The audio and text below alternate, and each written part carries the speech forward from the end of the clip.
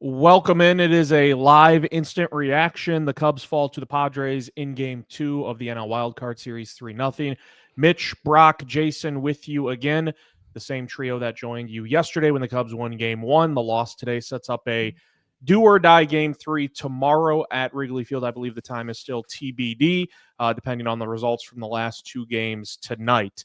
Jason, Brock, we kind of just free swim this because it is just an instant reaction right after the final out is recorded. We can kind of funnel it into any direction you guys want to start with. I will say Dylan Cease surprised me today. Only went 3 2/3, but he was pretty effective in 3 2/3. And really the opportunities for the Cubs offense were few and far between. I thought the Padres certainly had more opportunities to try to punch through, but they were just 1 for 11 with runners in scoring position. But the Cubs were 0 for 3 in that category. Just not much traffic for the Cubs in this one. And I will say, we talked yesterday, teams that can hit home runs can fare pretty well in these more condensed series. But we also saw last year, and Jason, you and I have talked about this many a times on the podcast, the Dodgers found a lot of success en route to a World Series last year with just a couple of starting arms and relying on a pretty damn good bullpen a year ago. And when you get to the nitty-gritty of this Padres bullpen, it's pretty damn good. And that was certainly on display in this one today. Yeah, they were really good in the bullpen today. Mason Miller is a machine. I don't think that it's legal that he is as good as he is. Adrian Morejon is a really underrated reliever, somebody that we probably don't talk enough about, one of the better left-handed relievers in the league with his fastball, sinker, changeup combination. I think they said it was one of the with the velocity split between the two. It's one of the biggest in the league. He's a monster, man. So that's real bad. And we'll talk about losing the right way today when we're a little bit more to it. But yeah, bullpen was really good. I mean, sometimes it's just really hard to hit. The Cubs had a couple of good swings at times. They actually had a higher XBA today. Michael Busch had a hit up the middle in the third inning that, 700 XBA, just finds a glove, almost was a double play. Nico Horner down the line just recently. It was just kind of one of those days where Dylan Cease was good. Morejon was awesome. Miller was a machine. Ranger Suarez was not Ranger. Suarez was good. And Robert. Robert. Yeah, there's some wrong R Suarez. Yes. And who throws. And then the Cubs had bad luck. When you add that all up, that's a good recipe for not scoring any runs. Yeah, Cubs fans might not be that familiar with Morejon, but he is as good as the Padres bullpen is. He's probably Schilt's most trusted reliever. I think he pitched like 75 innings this year. He was constantly in there. He ended the season, I think, with 13 wins. He was the guy who bridged to Suarez and later Miller in almost every game. He is a damn good reliever, and he's an awesome one upside that Cubs fans can take from this game is Schilt managed more aggressively, much more like I thought he would manage Game 1, but didn't really. And Morejon and Miller kind of have to be down tomorrow. They are unlikely to appear, maybe for a batter, but even that's risky because with the 3-batter minimum, the guy doesn't have his stuff. Mm-hmm. You try to squeak him in there at the end of an inning, and he walks somebody, gives up a hit. All of a sudden, he's at 22 pitches, and you have to leave him out there. Yeah, I was kind of already previewing bullpen and everything for tomorrow. I as down as we are, and I'll talk about some of my gripes with the Cubs in a little bit. One of the things that I'm going to give some flowers before I kind of have some gripes maybe with the way Counsell handled a specific moment in the game is that I think if there's one place that Counsell has outmanaged Schilt, it's the way that he handled his pitching in a loss versus the way that Schilt handled his pitching in a loss. And absolutely. With the Cubs getting real innings from Colin Ray, from Taylor Rogers, from Mike Soroka, instead of having to use guys like Keller again, instead of having to use Tealbar on 2 days, Pomeranz on 2 days, they kind of have a full roster. Kittredge, he's probably the one guy who's a little down tomorrow. But you figure you the Padres who have Darvish who's going to start, and this is not the Yu Darvish that you're used to. He's barely going 5 innings right now. He's more or less going 4 innings. So even when he's going 4 innings, his ERA is terrible. His strikeout rate is good, but it's not amazing like it used to be.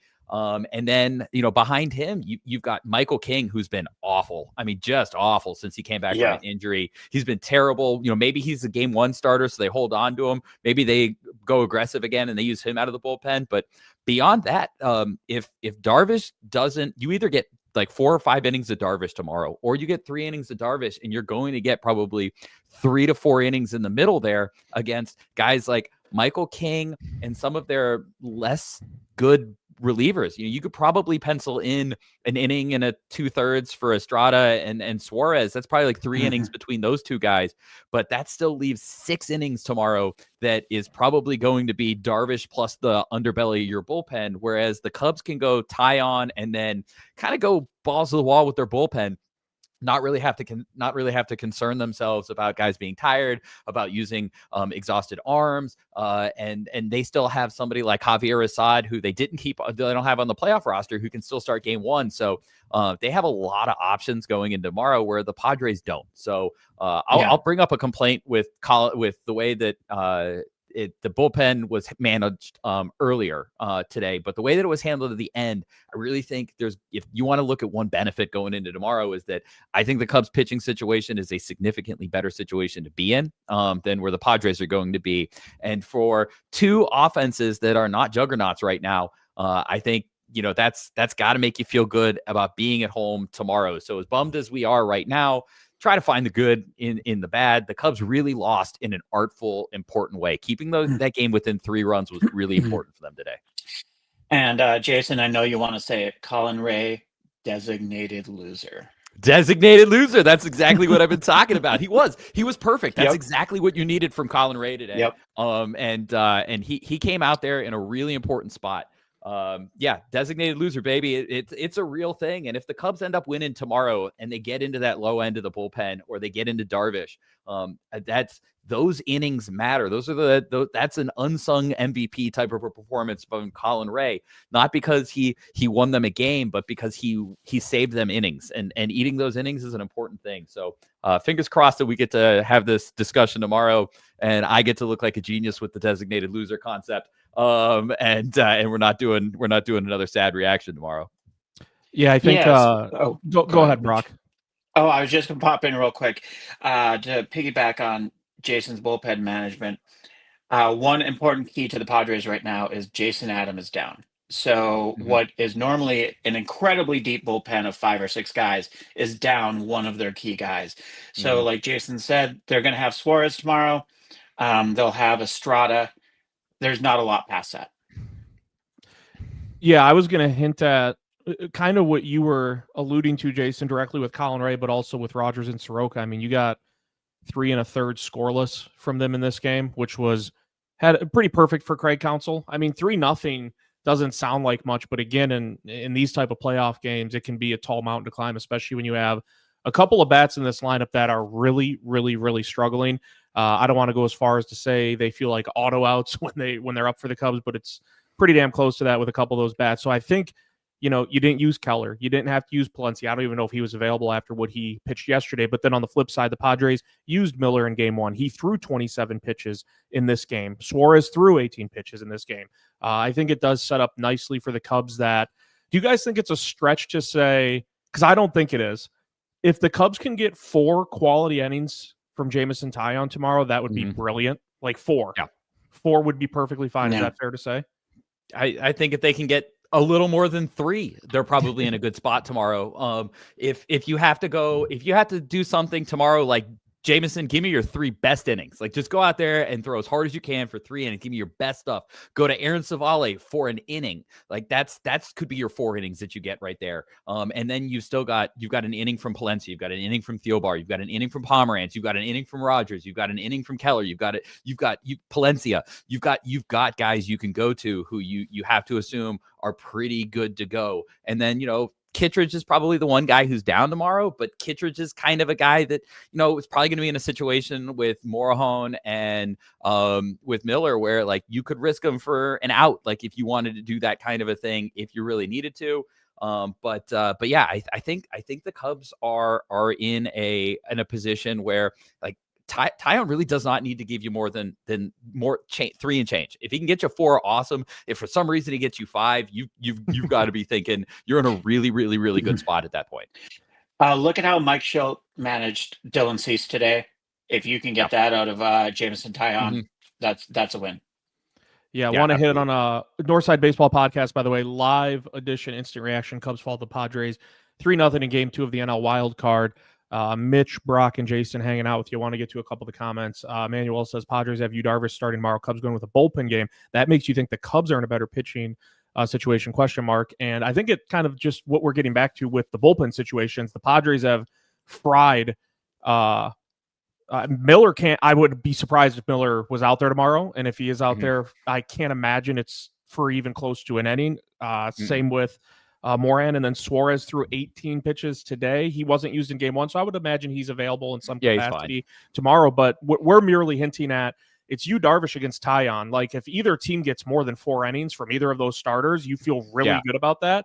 We're kind of setting the cap right around there, and so we're looking at it from the perspective of both of these teams tomorrow are going to need their bullpen to step up, and the Padres have burned a couple of their key arms, whereas the Cubs, I don't want to speak for you guys, Jason and Brock, but the Cubs will surely have Keller available, will surely have Palencia available because they use guys like Ray, Rogers, and Soroka today. Yeah, and I think we have to remember that the Yu Darvish who's starting tomorrow is not the Yu Darvish that we are used to seeing. Yu Darvish's velocity is way down. The guy that you're thinking of in your head, if you haven't been watching the Padres, is not there anymore. This is not the guy who's averaging 96 on his fastball anymore. His fastball was around 94 this year. If we go back to his last 28 innings, he has an ERA of 5.40. He has a FIP of 5.15. He has a home run percentage, home run 5-ball rate of about 20%. This is somebody who hasn't given up less than 2 runs in a start since the middle of August. He is a very hittable pitcher right now. He is somebody who you can get to. So I know, like, if you take name value alone and you're thinking that this is Yu Darvish from 3 years ago, he's not. He's been hurt. He's old.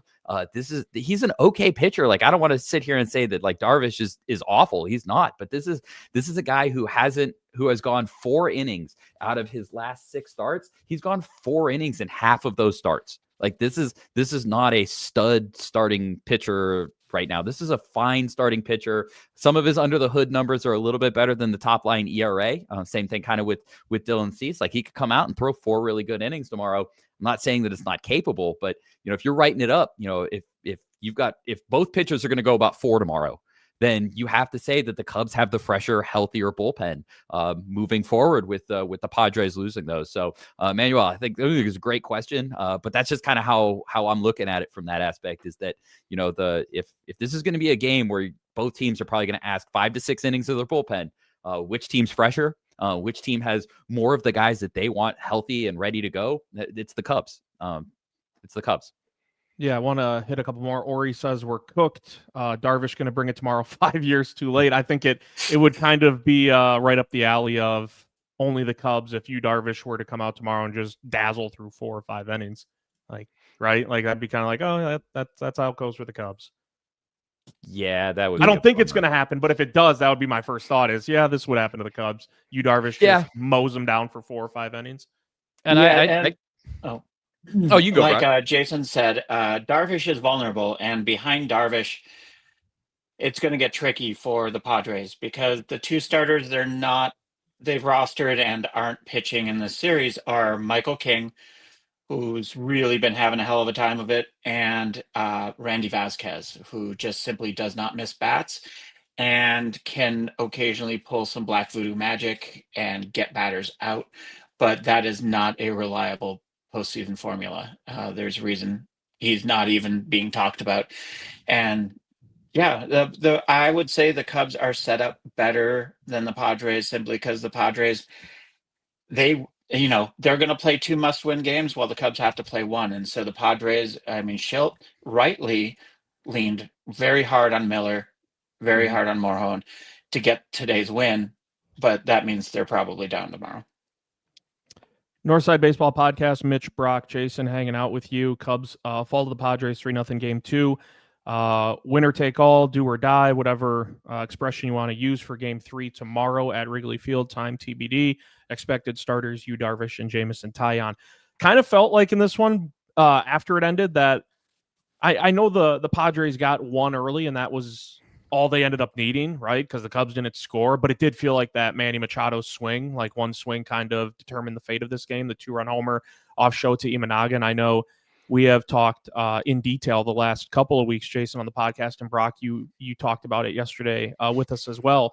The reason you go with the opener today, which I know I was talking to my buddies and I was surprised a lot of them were like heavily against it. And then you point out the numbers in the first inning for Shota Imanaga, and not a small sample size. You're talking 6 of his last 7 starts. He's had damage done to him in the first inning of games, which is not good. And so they go with Kittredge in the first inning and then bring in Shota. And he's had home run problems. He's given up the most home runs. I believe that was the correct stat. He's given up the most home runs of any pitcher in the second half of the season. It was like north of 20 for Imanaga post All-Star break, which is a ton. Had one today, the Manny Machado at bat, 5th inning, 1-0, and all of a sudden it's 3-0 in the snap of a finger after Machado goes yard on a 2-run shot. And it kind of, I know it was only the 5th inning, but based off how the Cubs bats were performing up to that point against Cease and then a little bit of the bullpen, and knowing what the Padres had left to bring out of the bullpen, you kind of knew it was going to be a tough hill to climb, no? Right? Like, even though it was 3-0 in the 5th, and the Padres just kind of had things lined up correctly for themselves in that one. They did, and I gave Counsell a lot of credit for losing the right way, but I think he completely bungled that at bat with Machado for 2 reasons. If you're gonna say that the reason that you don't want Imanaga to face the right-handed pitchers is why you go with the opener, right? That's the answer. You don't want him to face Tatis. You don't want to face Machado very much. You come up in a critical point where you've got 2 outs, you've got first base open, and you've got Jackson Merrill behind Manny Machado. Machado is arguably their best hitter against left-handed pitching that you're probably going to see. And you have Shota Imanaga, who is prone to home runs. The wind kind of gets blocked in left field from the big scoreboard there. And Jackson Merrill has an 81 WRC plus against left-handed pitching. So either one of 2 things should have happened in that moment. Either one, you go to a really good right-handed pitcher out of the bullpen in that moment. That's when you bring out Brad Keller. That's when you go to Palencia if he's available. That's when you go to somebody, or even like Mike Soroka. You just kind of play the numbers there a little bit, or you walk him and you go lefty against Merrill. Like that was a mistake. And I don't know if you want to argue it was a mistake because he didn't walk him or he didn't go to the righty. I think you could probably argue either one, but I thought he messed that up. That was a bad call.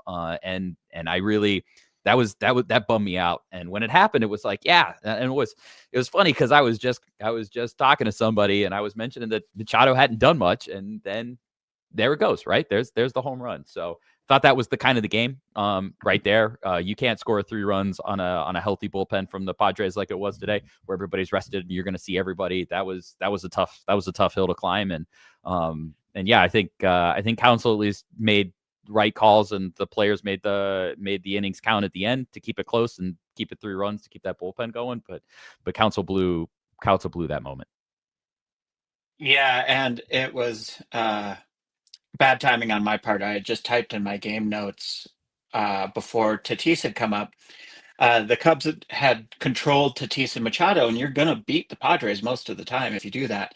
And then promptly there's a walk to Tatis, and then, like you said, there was no pitcher swap, there was no walk, there was nothing. They just Imanaga straight up against Machado, and the thing is, you should manage when playing the Padres. You should manage specifically for that top 4 of the order, even more than you do in other teams in the modern game, because those are the people who are going to hurt you in the Padres lineup, and you just can't give them the opportunity to do that, especially if your offense isn't doing much anything as the Cubs currently are. Yeah, couldn't agree with that more. Live reaction, instant reaction, Northside Baseball Podcast. If you're watching via our YouTube channel, click the subscribe button. It takes 2 seconds to do, cost you absolutely nothing. Mitch, Brock, and Jason hanging out with you. Or he says, don't know why you go to such effort to protect Shota and then expose him to that, which is, I think, kind of what you guys are getting at, right? Yeah, exactly. That's exactly it. If you go through the effort to kind of limit that exposure, then you have to play it all the way through, and you can't 1 foot in the bucket, 1 foot out. Like you're either in or you're out. And it seemed like kind of counsel, for better or worse, wanted to kind of split the difference there. He wanted Show to make it through the inning. He wanted to have Merrill lead off the next inning. And he also wanted to limit the exposure to Machado. And you can't do all of those three things at the same exact time. So I wish he would have walked Machado there. I think that would have been the right call. That would have been what I would have done. I don't necessarily think I would have gone to the bullpen, but I would have walked Machado. You have first base open. That's the time. That's the time to put somebody there. And I think he missed that one. And that one kind of came back to bite him. The Cubs didn't score any runs, but after that, who knows what it would have looked like in a 1-0 game versus a 3-0 game. That changes everything. And the way that everything else happens differently. Yeah, you manage everything differently. Different. So yeah, everything's different. You approach PAs differently. You make pitching adjustments differently. Yeah, everything's different in a 3-run game. Yeah. I will say the Padres, though, with how they handled their bullpen, kind of felt like they were treating it. It felt like a 1-0 game, right? With how they used their bullpen, whereas the Cubs 3-0, a little more lax. Going to Colin Ray and then Rogers and Soroka. So I guess if there's any silver lining you can take from it, it's that the Padres still had to exhaust all their top options out of the bullpen despite leading 3-0, because the last thing they want to do is say, oh, do we feel like we're in a good spot here up 3-0 that maybe we can get away with not going an inning in 2/3 with Mason Miller or an inning in a third with Suarez, and then it comes back to bite you on the backside. Couple other things that I wanted to get to with the offense. Brock, I think, Brock, you listen to the podcast that Jason and I do. So you know that neither of us are like big roster construction guys or batting lineup construction guys. I will say, though, with how he looked in game one, and then I'm going yesterday and I'm just looking through history, and I see that Ian Happ is 1 for 21 with 10 strikeouts against Dylan Cease, and then he faces him twice today, and it was 2 miserable at-bats that both ended in strikeouts. Surprised at all to see Ian Happ? I know he finished the year on kind of a good note, but it wasn't good in game one. You look at the history against Dylan Cease, 1 for 21 with 10 strikeouts is not like anything to just scoff at or be like, oh, that's not too big of a deal. Like it's pretty glaring. He just seems like he's in a rut, and I know PCA obviously is, but PCA batted 7th today. Like he's farther down in the order. I wasn't expecting them to move Happ out of the 3 spot.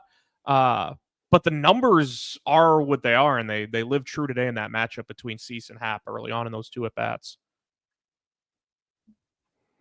Yeah, I mean, that's a really difficult decision to make with a veteran guy who's kind of one of your, core offensive guys. And it's a really hard decision to make, to walk the fine line between small sample size and, player X just sucks against this guy. Yeah. And, if you're striking out in nearly 50% of your PAs over 20 PAs, that's starting to border on what are you going to, which side of the coin you're going to fall on there. I just don't know.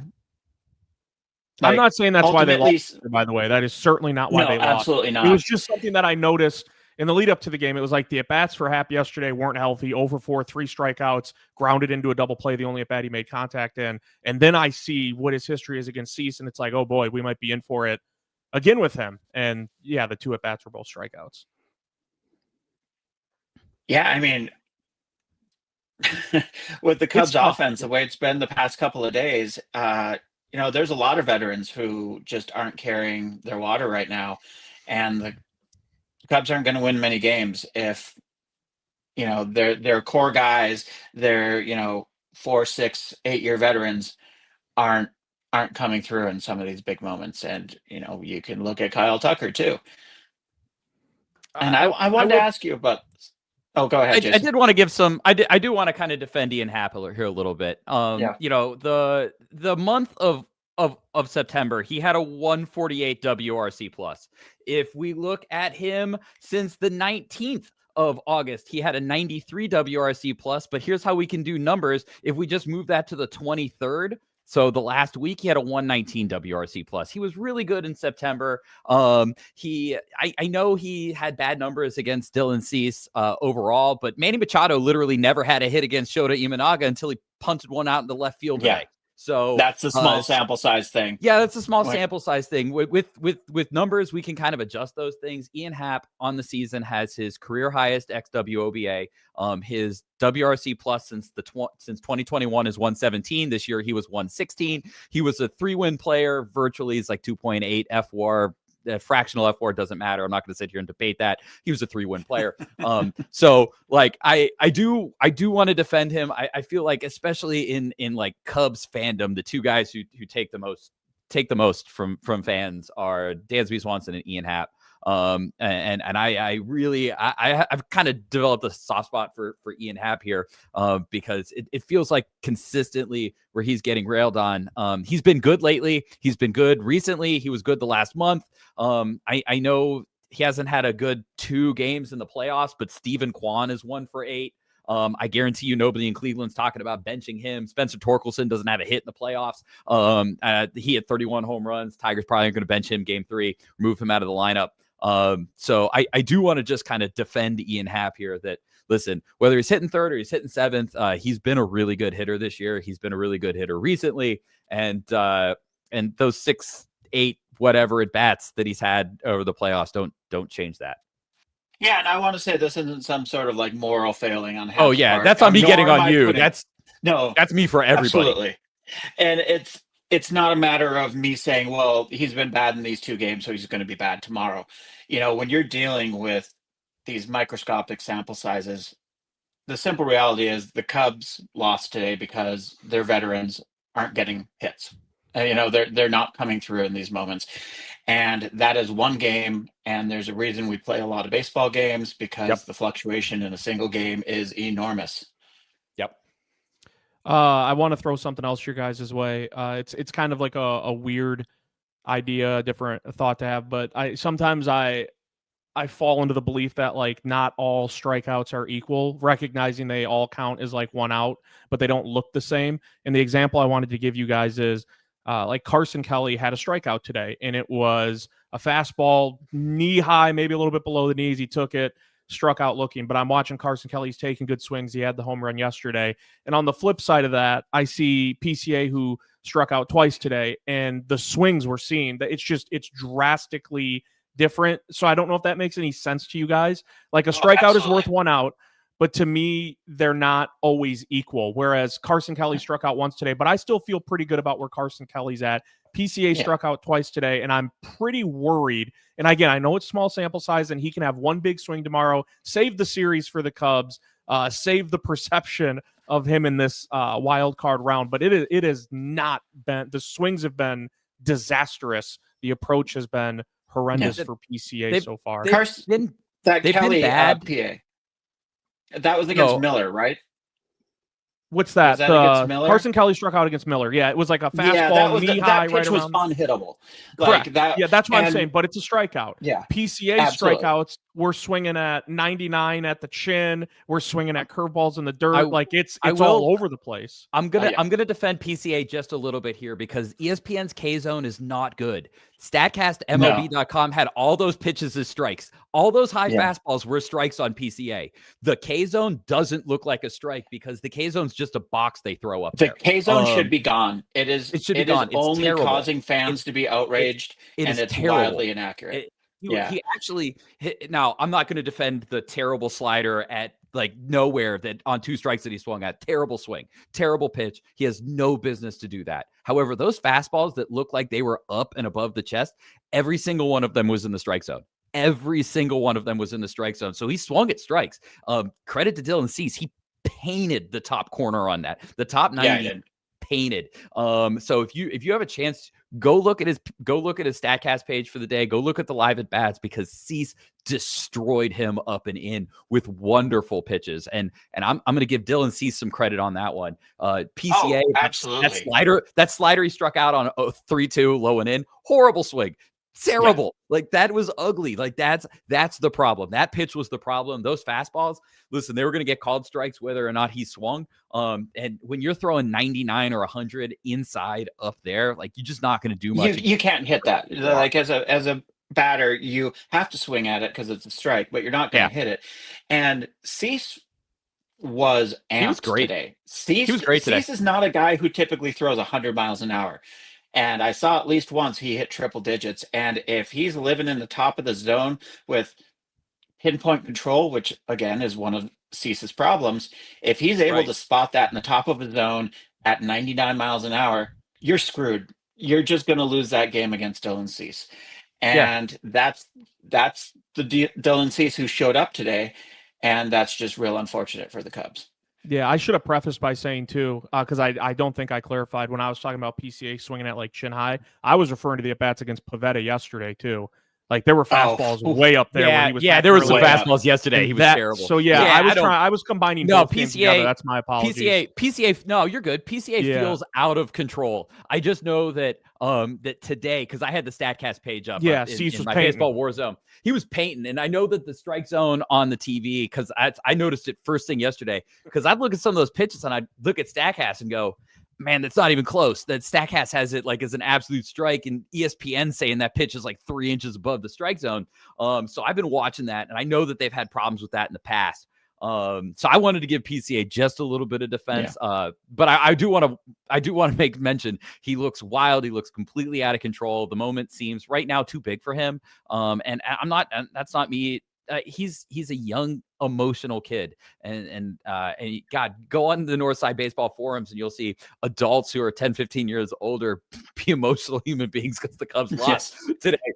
So like none of us are any better than that either. So I don't want to like completely like forget about that and take that away from PCA and say that like he's completely like incapable of it.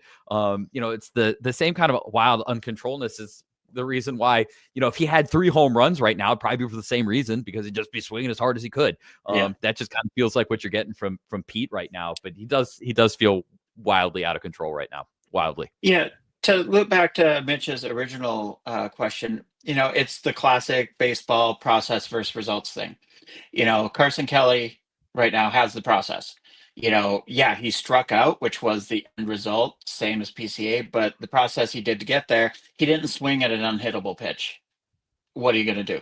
PCA is up there just Bugs Bunnying, and one of my notes is like, he's seriously boiling over. The moment does appear to be too big for him right now, but what is he, 23? This is not an uncommon thing. Too. Yeah, this is not uncommon with players that age, especially somebody who's as temperamental as PCA is. He wears his emotions on his sleeve, and throwing down his helmet, you can just tell he's frustrated. He wants nothing more than to perform, and he's not getting the results he wants. And in game 1, I noticed like Fernando Tatis and PCA kind of had the same game where they were just chasing garbage. And Tatis, being a couple years older, more experience under his belt, came back today with a much better process. And PCA just hasn't yet. Yeah, that's the difference between guys who have been in the league for 5-6 years and people who have been in their second. The emotions is what made like PCA's run in like May and like late April like so magical, because when the emotions are firing the right way, like those good things happen. When the emotions fire the wrong way, the veteran pitchers are going to take advantage of you, especially in the playoffs when you're facing the best of the best, and especially when somebody like Dylan Cease like has his stuff rocking today. I mean, that's not normally Dylan Cease is known for pinpoint control, and today he completely had it. So part of it's on Dylan, part of it's on Pete, part of it's on Pivetta for pitching really well, and hopefully he can come back and run into a couple tomorrow, because I think mentally he kind of needs it right now. You got to keep him out there with the glove in center field, the magic that he can make on the bases. But he's I think he's in it right now. And the Matt Shaw kind of feels like he's in it in the same way. Moises Ballesteros, he had a pinch hit today and he looks like it was a difficult moment for him. I mean, he's facing Mason Miller cold off the bench. It'd be a difficult moment for any human being on the planet. But yeah, it's it's the positives and the negatives of having young players is that you run on a lot of emotions, and sometimes that works out and sometimes it doesn't. One guy I'm not worried about is Nico Horner had a hit today and probably should have had two more. I don't know what the percentages say on that, but that one down the right field line that was roped and Tatis just made a great catch. And then, if I'm not mistaken, wasn't it Nico Horner who hit it off the foot? I think it was like 104 miles per hour off the bat, they said on ESPN. Just goes off the foot of the pitcher directly to off Marlon right to Luis, like right to Luis Arias. Like, okay, I just got to touch first base. His lowest XBA hit of the game was the one down the right field line at 470. He only hit it 95 miles an hour. And I say only because it was his third hardest hit ball of the day. He had two hits that off his bat over that were over 100 miles an hour today. His single up the middle, and then the one off of Morejon's foot. He looked great. Nico's been awesome this year. Just been a really, really great player. Just a really great player. I like that tag team at the top of the lineup with him and Bush. Bush at the one spot, Nico at the two. I kind of like how they set the table for the rest of the lineup. I don't know. Maybe you guys feel differently. I feel good about the spot both of those guys are in. That at least you usually feel good they're gonna get on base a lot to try to set the table for Happ, Tucker, Seiya, and guys like that lineup. And then that's when you need what Brock said earlier. You need those veterans to come through in those spots. Unfortunately, the Cubs didn't have many of those, hardly any, in this game too. But looking ahead to game 3, and you expect it to be Yu Darvish, which means, it's not a lefty starting. So Bush should be, at the top, followed by Nico Horner. And if those guys can set the table for the vets at some point, you would like to imagine that Happ, Tucker, Seiya, Seiya already has. Seiya's been great. But Happ and Tucker, that one of them would break through. Northside Baseball Podcast, instant reaction. Padres beat the Cubs game 2-3-0, sets up a winner take all. Winner advances to face the Brewers. Game 1 of the NLDS will be Saturday. Game 3 is tomorrow. Time TBD between San Diego and Chicago. I know Yu Darvish is starting, and that Schultz had announced that. I think a couple days ago, he kind of laid out how it would work for them starting-wise, games 1, 2, and 3. Is it official that Taillon is the game 3 starter for the Cubs? Yes, they have announced it. They have announced it. Yeah, they announced it in the press game, in the post game. Okay, so it'll be Yu Darvish against Jamison Taillon. If we kind of want to turn the page a little bit, I know we briefly talked about game 3, specifically Yu Darvish and what you could hope for out of Taillon. But what do you guys kind of think? What are you keying in on for game 3 tomorrow as kind of what could decide the fate of both these teams? The wind. If the wind is really, I mean, Jamison Taillon is the other guy on the team. He's the other guy on the team who gives up home runs on fly balls. And if the wind is blowing in, that sets up well for Taillon to get you through 3 to 4 innings, and that's really what you're at. If the wind is blowing in, I would give an edge to the Cubs because of the bullpen. And listen, I know that there are going to be some guys from the Padres bullpen who are ready to go. Manuel had mentioned Jeremiah Estrada, and he's a great reliever. Like, Jeremiah Estrada is a great reliever. Robert Suarez is a great reliever, but they can't throw 6 innings tomorrow. Between those two, they're going to come.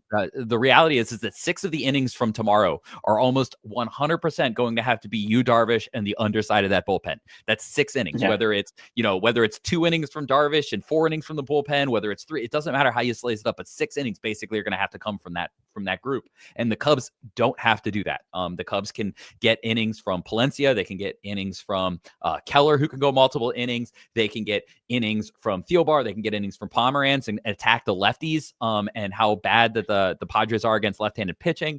There is a route for the Cubs that is probably better as long as that wind is blowing in. If that wind is blowing out, then it's kind of iffy. Darvish has been giving up a lot of home runs too, though. So if there's a positive on the opposite end, that if the wind's blowing out tomorrow, it's gonna be a home run derby probably, and then at that point, it's probably.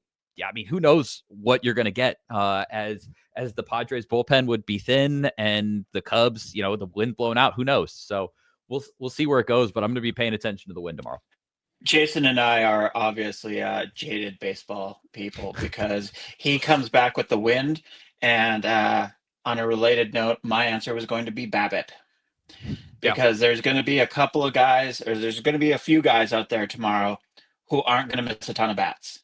And, when you're playing one game of baseball, whether, with Jameson Taillon versus a diminished Yu Darvish on the other side, a lot of it's going to be, who's making the better swing decisions, who's doing that. But a lot of it's going to come down to, well, did you hit that 93-mile-an-hour ball at the left fielder or in the gap? Because there's going to be a lot of swings, a lot of contact, a lot of balls that are going to be left to the fielders. And, stuff like the wind and just dumb luck is going to be a factor in tomorrow, because nobody's going to be rolling out 13K per 9 guys. Gray says, great article from Matthew regarding PCA. Ori says, any good feelings about Taillon tomorrow, which we kind of just hinted at. I think we said, didn't we say if you can get 4 good innings, you feel pretty damn good about that, right? Yeah, Absolutely. and I gotta go into the data. I can't remember if he pitched against San Diego earlier this year. He did pitch against San Diego earlier this year. He went 5 1/3. He struck out 4. He gave up 2 earned runs on the 14th of April. So, Taillon pitched pretty well that day. The Cubs ended up winning that game. Hold on. I take it back. I think they ended up losing that game. They did. They ended up losing that game. Overall, that was a Nate Pearson blow up and an Eli Morgan blow up. 2 names that we haven't really talked about. No, that's the soft April. underbelly. There it is, right yeah, there. it's the soft underbelly that's gone. So, we did see that, and that was the game when Dylan Cease started for the Padres. So, we do have a little bit of recent history between them, but it's at this point, April 14th is the season's gone. Like it might as well be last season between the 2 teams. So, if his kick change is working and he can get the ball on the ground, I think the Cubs are in a better spot. One bad thing is that the Padres hit right-handed pitching significantly better than they hit left-handed pitching. Yeah. But they don't hit home runs. So between the 2, if you have 2 kind of fly ball home run pitchers, the Cubs have a benefit of hitting more home runs and having that kind of power than the Padres really do. I'm trying, I don't want to be like typical like Cubs homer, like throw on the rosy glasses here. Yeah, it's like a 55-45 Cubs advantage right now. I think probably even go down to like a 53-47 if you wanted to. But I do have a slight, I think, being at home, being that the Cubs bullpen's just a little bit fresher, and that they were able to eat some innings from the lower guys and they hit more home runs. I like the Cubs on a slight advantage tomorrow, but I mean, again, you brought up the BABIP. We didn't have it today. A Michael Busch BABIP that goes the opposite way. It's tied 1-1 in the 3rd inning. You have a different baseball game. If Nico's Horners gets down the line, maybe you score a couple and you feel a little bit better going into today. So BABIP's going to play a big play in tomorrow. But I think Taillon can do it. He can do it. Yeah, I mean, especially when there are more. I have more questions about Darvish tomorrow than I do Taillon. Or he says could be a wildly different game if it's day versus night. Yeah, didn't even think about that. That's a good one. That's a really good point. Hadn't thought about that. Yeah. Would assume, sure could. Which I said yesterday I'd never like to do, but I would assume if the Yankees win and force a game 3, and if the Reds win and force a game 3, they'd probably just run back the schedule tomorrow, would they not? Knowing that the Guardians Tigers game 3, they have a whole thing out there. They do, like a matrix of like every. I saw it for the divisional series. They were already laying it out. They have it. Yeah, they had already. They've got this one all laid out. On what tomorrow could look like. I'm just curious. Is there a sequence where the Cubs would play a night game, or are all the scenarios day game? One of the most likely scenarios that they play a night game is if the Red Sox win tonight. If the Red Sox knock out the Yankees, the Cubs are going to have a night spot almost guaranteed tomorrow. If they don't, it's going to be an afternoon game. So if you want a day game, root Yankees. If you want a night game, root for the Red Sox. But actually, let me go double check that. I just found the scenario. Yeah. And I can simplify it so it's not chaotic. If all 4 series are still going tomorrow, which right now there's 2, and then you need the Yankees and the Reds to win. So if all 4 are going tomorrow, Cubs play at 2:08 again. If the Yankees win, but the Dodgers eliminate the Reds, so you have 3 of the 4, the Cubs play at 4:08. If Boston wins, no matter what happens, the Cubs play at 5:08. And if both the Dodgers series and the Red Sox series are over, and it's just Guardians, Tigers, Cubs, Padres, it'd be 6:38. Okay. Yeah, So that's I know kinda that was what I still kind of expected. chaotic, but I simplified it as much as I could. That's Basically the only time chaotic. the only way it's not a night game is if all 4 series are still going. Otherwise, you're going to have some semblance of nighttime Wrigley. Yep. It's going to transition into evening. And yeah, the Cubs are going to be, Major League Baseball's favored draw over Tigers Guardians. So yeah, the Cubs are going to slide into, and they just, yeah. So it's likely the Cubs will be playing at least part of the game at night, could be all night. At least Uh, late evening to Boston and New York are tied 2-2 right now in the third. So who knows where that's going to land. Yeah, I was gonna tell you guys. It looks like I might be rolling my eyes up or something. I'm looking at the TV above me because there's been fireworks in that game so far. I saw Ben Rice had a 2-run homer, and then you've got your room set up better than me. My TV's behind me. Yeah, I got it just right there. Anything else you guys wanted to wrap up on game 2 or looking ahead to game 3? I had a lot more fun yesterday when we were winning. So I would rather not do a boo-hoo, the season's over stream tomorrow. So I'm going to need the Cubs to find 3 runs early, make it nice and easy. We can come on here. We can talk Brewers. We can get ready for an awesome Cubs Brewers series because damn, that would be great. I mean, it'll be so much fun. That would be so much fun. And like, no shade to the Padres, but the Padres Brewers just does not have the same panache as Cubs Brewers. I would if you want fireworks from 2 teams that I don't think like each other very much, and especially 2 fan bases that do not like each other more so, I think on the Brewers side than the Cubs side. But I think that would be a lot of fun. I think there'll be a lot of pettiness. And I'm here for pettiness and baseballs and rivalries, and that's what the playoffs are for. So the Cubs need to win this because I need that series in my life. Because that would be a lot of fun. So I need them to win tomorrow, and I'm going to go out on a limb and say that Kyle Tucker is the reason we win tomorrow. Wow. He had a good at bat in his last one. He did. He needs a game. He needs a game, and I think if you want the Cubs to re-sign Kyle Tucker, like you want to, if he gets going in the playoffs and he kind of is the reason that they can start getting dragged to some wins, that's probably going to help that argument. So I'm gonna say Kyle Tucker is the reason that we win tomorrow. I like him against a home run fly ball pitcher in Darvish, who isn't gonna blow your socks off with the velo as he's kind of getting his timing back. So yeah, I'll take a big Kyle Tucker win tomorrow, and then we can get amped for a Brewers Cubs series. Brock, real quick, Brock, real quick. Go ahead. Because I want you to get your final points too, but I did want to bring up one more angle to you guys just as we've been talking about this. So you can't disregard the wind or whether it's a day or night game, but just looking on paper, the state of the Padres bullpen, they have Yu Darvish, the Cubs have Jameson Taillon. Do you guys feel comfortable saying, as I do, that tomorrow's game will probably be the most runs scored in any game in this series? So far, it's been 3-1, 3-0. I just feel like you're going to have to score some tomorrow. I feel like both offenses are going to produce more in game 3, given the state of who's starting in the bullpens compared to the first 2 games. Yeah, I would say so. I think it's going to have more of a typical over-under of 7.5, 8.5, something like that, where these first 2 games have just been flailing away against really good pitching, and now both teams are beyond their really good pitching, and they're going to have to start throwing out some B and C choices. Go ahead with your final thoughts then too, Brock, before I cut you off but Jason's point about Kyle Tucker is a really good one, because he does seem to really be I don't know if he's really cheating on pitches, but he's struggling with the velocity. He's behind it. Facing Darvish might be exactly what he needs. Yeah. We'll have to see Cubs Padres game 3 tomorrow. And Brock, we will be live after the final out. Is that correct? Yep. Okay. And on a final note, I wanted to give a congratulations to Eddie Vedder for making it 2 whole games without dropping an F-bomb. And because I don't know if you two saw that game near the end of the season. Yes. Yep. Where he accidentally dropped the F-bomb while sitting in the bleachers. Yeah. So he's made it 2 games now without doing that. Congratulations to him. Good point. Game 3 tomorrow, Cubs Padres. We will be live regardless of start time, end time. We will be live right after the final out to recap it and hopefully look ahead to an NLDS against the Milwaukee Brewers.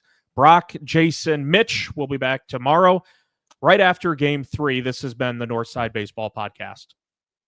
Thanks, everybody.